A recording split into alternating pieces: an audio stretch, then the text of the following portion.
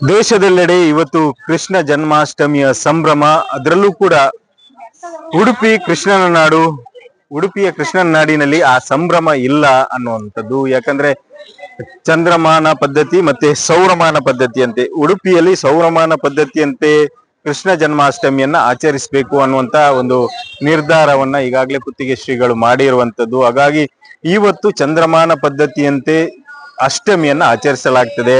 ಹಾಗಾಗಿ ದೇಶದೆಲ್ಲೆಡೆ ಕೃಷ್ಣಾಷ್ಟಮಿಯ ಸಂಭ್ರಮ ಇದ್ರೂ ಕೂಡ ಉಡುಪಿಯಲ್ಲಿ ಅಷ್ಟೊಂದು ಸಂಭ್ರಮ ಇಲ್ಲ ಅನ್ನುವಂಥದ್ದನ್ನ ನಾವು ನೋಡ್ಬೋದು. ಒಂದ್ ಕಡೆ ಭಕ್ತರು ಏನು ಚಂದ್ರಮಾನ ಪದ್ಧತಿಯಂತೆ ಕೃಷ್ಣಾಷ್ಟಮಿಯನ್ನ ಆಚರಿಸಿದ್ರು ಕೂಡ ಅವರಿಗೆ ಕೃಷ್ಣನ ದರ್ಶನ ಮಾಡಬಹುದು. ಜೊತೆಗೆ ಸಾಂಕೇತಿಕವಾಗಿ ಅರ್ಘ್ಯ ಪ್ರದಾನ ಮಾಡುವಂತ ಅವಕಾಶಗಳು ಇರುವಂತದ್ದು. ಆದ್ರೆ ಸಾಕಷ್ಟು ಹೂವಿನ ವ್ಯಾಪಾರಿಗಳು ಉಡುಪಿಯಲ್ಲಿ ಕೃಷ್ಣಾಷ್ಟಮಿ ಇದೆ ಅನ್ನುವಂತ ಕಾರಣಕ್ಕೆ ಒಂದಷ್ಟು ಹಾಸನ ಇರಬಹುದು, ಚಿಕ್ಕಮಂಗ್ಳೂರು ಹಾಗೂ ರಾಜ್ಯದ ಬೇರೆ ಬೇರೆ ಭಾಗಗಳಿಂದ ಹೂವಿನ ವ್ಯಾಪಾರವನ್ನ ಮಾಡಬೇಕು ಅಂತ ಈ ಭಾಗಕ್ಕೆ ಬಂದಿದ್ದಾರೆ. ಆದ್ರೆ ನಿರೀಕ್ಷಿತ ಮಟ್ಟದಲ್ಲಿ ಅವರಿಗೆ ವ್ಯಾಪಾರ ಇಲ್ಲ. ಒಂದಷ್ಟು ಭಕ್ತರು ಬಂದು ಮುಂಜಾನೆಯಿಂದ ಶ್ರೀಕೃಷ್ಣನ ದರ್ಶನವನ್ನು ಪಡೆದ್ರೂ ಕೂಡ ಉಡುಪಿಯ ಕೃಷ್ಣ ಮಠದಲ್ಲಿ ಸೌರಮಾನ ಪದ್ಧತಿಯಂತೆ ಅಷ್ಟಮಿಯನ್ನ ಆಚರಿಸುವುದರಿಂದ ಸೆಪ್ಟೆಂಬರ್ 14 ಮತ್ತು 15ರಂದು ಅಷ್ಟಮಿಯ ಸಂಭ್ರಮ ಉಡುಪಿಯಲ್ಲಿ ಮನೆ ಮಾಡೋದಕ್ಕೆ ಇರುವಂತದ್ದು. ಉಡುಪಿಯ ಅಷ್ಟಮಿ ಅಂತ ಹೇಳಿದ್ರೆ ಬೇರೆ ಬೇರೆ ರೀತಿಯ ಸಾಂಸ್ಕೃತಿಕ ಮತ್ತು ಧಾರ್ಮಿಕ ಕಾರ್ಯಕ್ರಮಗಳು ಕೂಡ ಇರುವಂತದ್ದು. ಅದರಲ್ಲೂ ಪ್ರಮುಖವಾಗಿ ಅಷ್ಟಮಿಯ ದಿನ ಮೊಸರು ಕುಡಿಕೆ, ಬಾಲ ಗೋಪಾಲ ಸ್ಪರ್ಧೆಗಳು ಈ ರಥಬೀದಿಯಲ್ಲಿ ಏರ್ಪಟ್ರೆ ಮರುದಿನ ವಿಟ್ಲಪಿಂಡಿಯ ಉತ್ಸವ ಕೂಡ ಇರುವಂತದ್ದು. ಹಾಗಾಗಿ ಇವತ್ತು ಏನಿದೆ, ಒಂದಷ್ಟು ಜನರಿಗೆ ಭಕ್ತರಿಗೆ, ಶ್ರೀಕೃಷ್ಣನ ಭಕ್ತರಿಗೆ, ಚಂದ್ರಮಾನ ಪದ್ಧತಿಯನ್ನು ಆಚರಿಸುವಂತ ಭಕ್ತರಿಗೆ ರಾತ್ರಿ 12 ಗಂಟೆಗೆ ಸರಿಯಾಗಿ ಅರ್ಘ್ಯ ಪ್ರದಾನ ಮಾಡೋದಕ್ಕೆ ಅವಕಾಶ ಇದೆ. ಆದ್ರೆ ಯಾವುದೇ ರೀತಿಯ ಸಂಭ್ರಮಗಳು ಕೃಷ್ಣ ಮಠದ ರಥಬೀದಿಯಲ್ಲಿ ಕಂಡು ಬರೋದಿಲ್ಲ. ಯಾಕಂದ್ರೆ ಇನ್ನು 1 ತಿಂಗಳು ಉಡುಪಿಯಲ್ಲಿ ಕೃಷ್ಣಾಷ್ಟಮಿಯನ್ನ ಆಚರಿಸೋದಕ್ಕೆ ಜನ ಇರ್ಬೋದು, ಭಕ್ತರು ಇರ್ಬೋದು, ಕಾಯ್ಬೇಕಾದಂತ ಪರಿಸ್ಥಿತಿ ಇರುವಂತದ್ದು. ಆದ್ರೂ ಕೂಡ ಸದ್ಯ ಬಂದಿರುವಂತ ವ್ಯಾಪಾರಿಗಳು ಕೂಡ ಒಂದಷ್ಟು ನಿರಾಸೆಯಲ್ಲಿ ಇರುವಂತದ್ದು. ಯಾಕಂದ್ರೆ ಒಂದಷ್ಟು ದೊಡ್ಡ ಮಟ್ಟದ ನಿರೀಕ್ಷೆಯನ್ನ ಇಟ್ಕೊಂಡು ಕೃಷ್ಣ ಮಠದ ರಥಬೀದಿಗೆ ಹೂವಿನ ವ್ಯಾಪಾರಿಗಳು ಕೂಡ ಬರ್ತಾರೆ, ಲಕ್ಷಾಂತರ ರೂಪಾಯಿ ವ್ಯಾಪಾರ ಆಗ್ತದೆ ಅನ್ನುವಂತ ಒಂದು ನಿರೀಕ್ಷೆ ಇರ್ತದೆ. ಆದ್ರೆ ಅದೆಲ್ಲವೂ ಕೂಡ ಸದ್ಯಕ್ಕೆ ಒಂದು ರೀತಿಯಲ್ಲಿ ನಿರಾಸೆ ಆಗಿರುವಂತದ್ದು. ಬರುವಂತ ಭಕ್ತರು ಒಂದಷ್ಟು ಶ್ರೀಕೃಷ್ಣನ ದರ್ಶನ ಮಾಡಿಕೊಂಡು ಜೊತೆಗೆ ರಾತ್ರಿ ಒಂದಷ್ಟು ಅವರಿಗೆ ಅರ್ಘ್ಯ ಪ್ರದಾನ ಮಾಡೋದಕ್ಕೆ ಅವಕಾಶ ಇದ್ರೂ ಕೂಡ ಒಂದು ಸಂಭ್ರಮದ ವಾತಾವರಣ ಕೃಷ್ಣ ಮಠದಲ್ಲಿ ಇಲ್ಲ ಅನ್ನೋದನ್ನ ನಾವು ಗಮನಿಸಬಹುದು. ಹರೀಶ್ ಪಾಲೆಚಾರ್, ರಿಪಬ್ಲಿಕ್ ಕನ್ನಡ, ಉಡುಪಿ. ದೇಶದೆಲ್ಲೆಡೆ ಇವತ್ತು ಕೃಷ್ಣ ಜನ್ಮಾಷ್ಟಮಿಯ ಸಂಭ್ರಮ. ಅದರಲ್ಲೂ ಕೂಡ ಉಡುಪಿ ಕೃಷ್ಣನ ನಾಡು, ಉಡುಪಿಯ ಕೃಷ್ಣನ ನಾಡಿನಲ್ಲಿ ಆ ಸಂಭ್ರಮ ಇಲ್ಲ ಅನ್ನುವಂಥದ್ದು. ಯಾಕಂದ್ರೆ ಚಂದ್ರಮಾನ ಪದ್ಧತಿ ಮತ್ತೆ ಸೌರಮಾನ ಪದ್ಧತಿಯಂತೆ, ಉಡುಪಿಯಲ್ಲಿ ಸೌರಮಾನ ಪದ್ಧತಿಯಂತೆ ಕೃಷ್ಣ ಜನ್ಮಾಷ್ಟಮಿಯನ್ನ ಆಚರಿಸಬೇಕು ಅನ್ನುವಂತ ಒಂದು ನಿರ್ಧಾರವನ್ನ ಈಗಾಗಲೇ ಕುತ್ತಿಗೆ ಶ್ರೀಗಳು ಮಾಡಿರುವಂತದ್ದು. ಹಾಗಾಗಿ ಇವತ್ತು ಚಂದ್ರಮಾನ ಪದ್ಧತಿಯಂತೆ ಅಷ್ಟಮಿಯನ್ನ ಆಚರಿಸಲಾಗ್ತದೆ. ಹಾಗಾಗಿ ದೇಶದೆಲ್ಲೆಡೆ ಕೃಷ್ಣಾಷ್ಟಮಿಯ ಸಂಭ್ರಮ ಇದ್ರೂ ಕೂಡ ಉಡುಪಿಯಲ್ಲಿ ಅಷ್ಟೊಂದು ಸಂಭ್ರಮ ಇಲ್ಲ ಅನ್ನುವಂಥದ್ದನ್ನ ನಾವು ನೋಡ್ಬೋದು.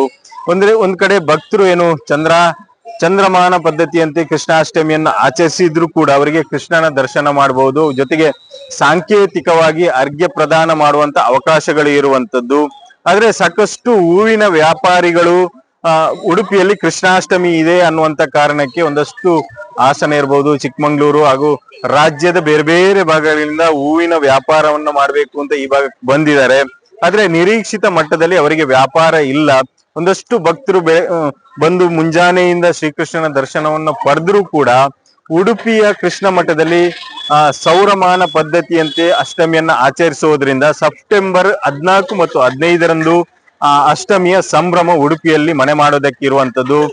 ಉಡುಪಿಯ ಅಷ್ಟಮಿ ಅಂತ ಹೇಳಿದ್ರೆ ಬೇರೆ ಬೇರೆ ರೀತಿಯ ಸಾಂಸ್ಕೃತಿಕ ಮತ್ತು ಧಾರ್ಮಿಕ ಕಾರ್ಯಕ್ರಮಗಳು ಕೂಡ ಇರುವಂತದ್ದು. ಅದರಲ್ಲೂ ಪ್ರಮುಖವಾಗಿ ಅಷ್ಟಮಿಯ ದಿನ ಮೊಸರು ಕುಡಿಕೆ, ಬಾಲ ಗೋಪಾಲ ಸ್ಪರ್ಧೆಗಳು ಈ ರಥಬೀದಿಯಲ್ಲಿ ಏರ್ಪಟ್ರೆ ಮರುದಿನ ವಿಟ್ಲಪಿಂಡಿಯ ಉತ್ಸವ ಕೂಡ ಇರುವಂತದ್ದು.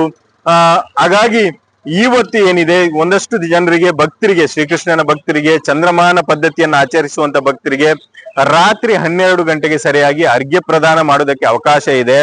ಆದ್ರೆ ಯಾವುದೇ ರೀತಿಯ ಸಂಭ್ರಮಗಳು ಕೃಷ್ಣ ಮಠದ ರಥಬೀದಿಯಲ್ಲಿ ಕಂಡು ಬರೋದಿಲ್ಲ. ಯಾಕಂದ್ರೆ ಇನ್ನು 1 ತಿಂಗಳು ಉಡುಪಿಯಲ್ಲಿ ಕೃಷ್ಣಾಷ್ಟಮಿಯನ್ನ ಆಚರಿಸೋದಕ್ಕೆ ಜನ ಇರ್ಬೋದು, ಭಕ್ತರು ಇರ್ಬೋದು, ಕಾಯ್ಬೇಕಾದಂತ ಪರಿಸ್ಥಿತಿ ಇರುವಂತದ್ದು. ಆದ್ರೂ ಕೂಡ ಸದ್ಯ ಬಂದಿರುವಂತ ವ್ಯಾಪಾರಿಗಳು ಕೂಡ ಒಂದಷ್ಟು ನಿರಾಸೆಯಲ್ಲಿ ಇರುವಂತದ್ದು. ಯಾಕಂದ್ರೆ ಒಂದಷ್ಟು ದೊಡ್ಡ ಮಟ್ಟದ ನಿರೀಕ್ಷೆಯನ್ನ ಇಟ್ಕೊಂಡು ಕೃಷ್ಣ ಮಠದ ರತಿಬೀದಿಗೆ ಹೂವಿನ ವ್ಯಾಪಾರಿಗಳು ಕೂಡ ಬರ್ತಾರೆ, ಲಕ್ಷಾಂತರ ರೂಪಾಯಿ ವ್ಯಾಪಾರ ಆಗ್ತದೆ ಅನ್ನುವಂತ ಒಂದು ನಿರೀಕ್ಷೆ ಇರ್ತದೆ.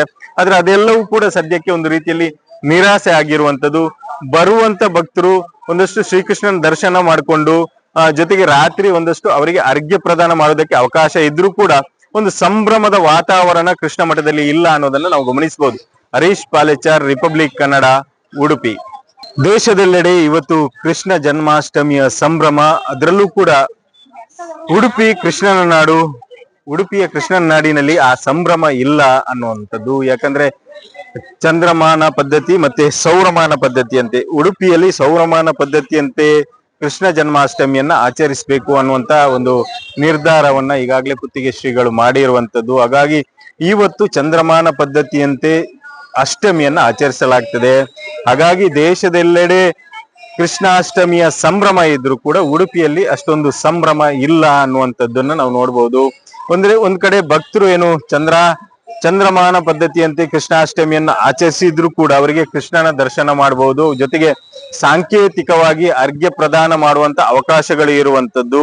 ಆದ್ರೆ ಸಾಕಷ್ಟು ಹೂವಿನ ವ್ಯಾಪಾರಿಗಳು ಉಡುಪಿಯಲ್ಲಿ ಕೃಷ್ಣಾಷ್ಟಮಿ ಇದೆ ಅನ್ನುವಂತ ಕಾರಣಕ್ಕೆ ಒಂದಷ್ಟು ಹಾಸನ ಇರಬಹುದು, ಚಿಕ್ಕಮಂಗ್ಳೂರು ಹಾಗೂ ರಾಜ್ಯದ ಬೇರೆ ಬೇರೆ ಭಾಗಗಳಿಂದ ಹೂವಿನ ವ್ಯಾಪಾರವನ್ನ ಮಾಡಬೇಕು ಅಂತ ಈ ಭಾಗಕ್ಕೆ ಬಂದಿದ್ದಾರೆ.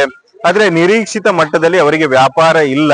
ಒಂದಷ್ಟು ಭಕ್ತರು ಬಂದು ಮುಂಜಾನೆಯಿಂದ ಶ್ರೀಕೃಷ್ಣನ ದರ್ಶನವನ್ನ ಪಡೆದ್ರೂ ಕೂಡ ಉಡುಪಿಯ ಕೃಷ್ಣ ಮಠದಲ್ಲಿ ಸೌರಮಾನ ಪದ್ಧತಿಯಂತೆ ಅಷ್ಟಮಿಯನ್ನ ಆಚರಿಸುವುದರಿಂದ ಸೆಪ್ಟೆಂಬರ್ 14 ಮತ್ತು 15ರಂದು ಅಷ್ಟಮಿಯ ಸಂಭ್ರಮ ಉಡುಪಿಯಲ್ಲಿ ಮನೆ ಮಾಡೋದಕ್ಕೆ ಇರುವಂತದ್ದು. ಉಡುಪಿಯ ಅಷ್ಟಮಿ ಅಂತ ಹೇಳಿದ್ರೆ ಬೇರೆ ಬೇರೆ ರೀತಿಯ ಸಾಂಸ್ಕೃತಿಕ ಮತ್ತು ಧಾರ್ಮಿಕ ಕಾರ್ಯಕ್ರಮಗಳು ಕೂಡ ಇರುವಂತದ್ದು. ಅದರಲ್ಲೂ ಪ್ರಮುಖವಾಗಿ ಅಷ್ಟಮಿಯ ದಿನ ಮೊಸರು ಕುಡಿಕೆ, ಬಾಲ ಗೋಪಾಲ ಸ್ಪರ್ಧೆಗಳು ಈ ರಥಬೀದಿಯಲ್ಲಿ ಏರ್ಪಟ್ರೆ ಮರುದಿನ ವಿಟ್ಲಪಿಂಡಿಯ ಉತ್ಸವ ಕೂಡ ಇರುವಂತದ್ದು. ಹಾಗಾಗಿ ಇವತ್ತು ಏನಿದೆ, ಒಂದಷ್ಟು ಜನರಿಗೆ ಭಕ್ತರಿಗೆ, ಶ್ರೀಕೃಷ್ಣನ ಭಕ್ತರಿಗೆ, ಚಂದ್ರಮಾನ ಪದ್ಧತಿಯನ್ನು ಆಚರಿಸುವಂತ ಭಕ್ತರಿಗೆ ರಾತ್ರಿ 12 ಗಂಟೆಗೆ ಸರಿಯಾಗಿ ಅರ್ಘ್ಯ ಪ್ರದಾನ ಮಾಡೋದಕ್ಕೆ ಅವಕಾಶ ಇದೆ. ಆದ್ರೆ ಯಾವುದೇ ರೀತಿಯ ಸಂಭ್ರಮಗಳು ಕೃಷ್ಣ ಮಠದ ರಥಬೀದಿಯಲ್ಲಿ ಕಂಡು ಬರೋದಿಲ್ಲ. ಯಾಕಂದ್ರೆ ಇನ್ನು 1 ತಿಂಗಳು ಉಡುಪಿಯಲ್ಲಿ ಕೃಷ್ಣಾಷ್ಟಮಿಯನ್ನ ಆಚರಿಸೋದಕ್ಕೆ ಜನ ಇರ್ಬೋದು, ಭಕ್ತರು ಇರ್ಬೋದು, ಕಾಯ್ಬೇಕಾದಂತ ಪರಿಸ್ಥಿತಿ ಇರುವಂತದ್ದು. ಆದ್ರೂ ಕೂಡ ಸದ್ಯ ಬಂದಿರುವಂತ ವ್ಯಾಪಾರಿಗಳು ಕೂಡ ಒಂದಷ್ಟು ನಿರಾಸೆಯಲ್ಲಿ ಇರುವಂತದ್ದು. ಯಾಕಂದ್ರೆ ಒಂದಷ್ಟು ದೊಡ್ಡ ಮಟ್ಟದ ನಿರೀಕ್ಷೆಯನ್ನ ಇಟ್ಕೊಂಡು ಕೃಷ್ಣ ಮಠದ ರತಿಬೀದಿಗೆ ಹೂವಿನ ವ್ಯಾಪಾರಿಗಳು ಕೂಡ ಬರ್ತಾರೆ, ಲಕ್ಷಾಂತರ ರೂಪಾಯಿ ವ್ಯಾಪಾರ ಆಗ್ತದೆ ಅನ್ನುವಂತ ಒಂದು ನಿರೀಕ್ಷೆ ಇರ್ತದೆ. ಆದ್ರೆ ಅದೆಲ್ಲವೂ ಕೂಡ ಸದ್ಯಕ್ಕೆ ಒಂದು ರೀತಿಯಲ್ಲಿ ನಿರಾಸೆ ಆಗಿರುವಂತದ್ದು. ಬರುವಂತ ಭಕ್ತರು ಒಂದಷ್ಟು ಶ್ರೀಕೃಷ್ಣನ ದರ್ಶನ ಮಾಡಿಕೊಂಡು ಜೊತೆಗೆ ರಾತ್ರಿ ಒಂದಷ್ಟು ಅವರಿಗೆ ಅರ್ಘ್ಯ ಪ್ರದಾನ ಮಾಡೋದಕ್ಕೆ ಅವಕಾಶ ಇದ್ರೂ ಕೂಡ ಒಂದು ಸಂಭ್ರಮದ ವಾತಾವರಣ ಕೃಷ್ಣ ಮಠದಲ್ಲಿ ಇಲ್ಲ ಅನ್ನೋದನ್ನ ನಾವು ಗಮನಿಸಬಹುದು. ಹರೀಶ್ ಪಾಲೆಚಾರ್, ರಿಪಬ್ಲಿಕ್ ಕನ್ನಡ, ಉಡುಪಿ.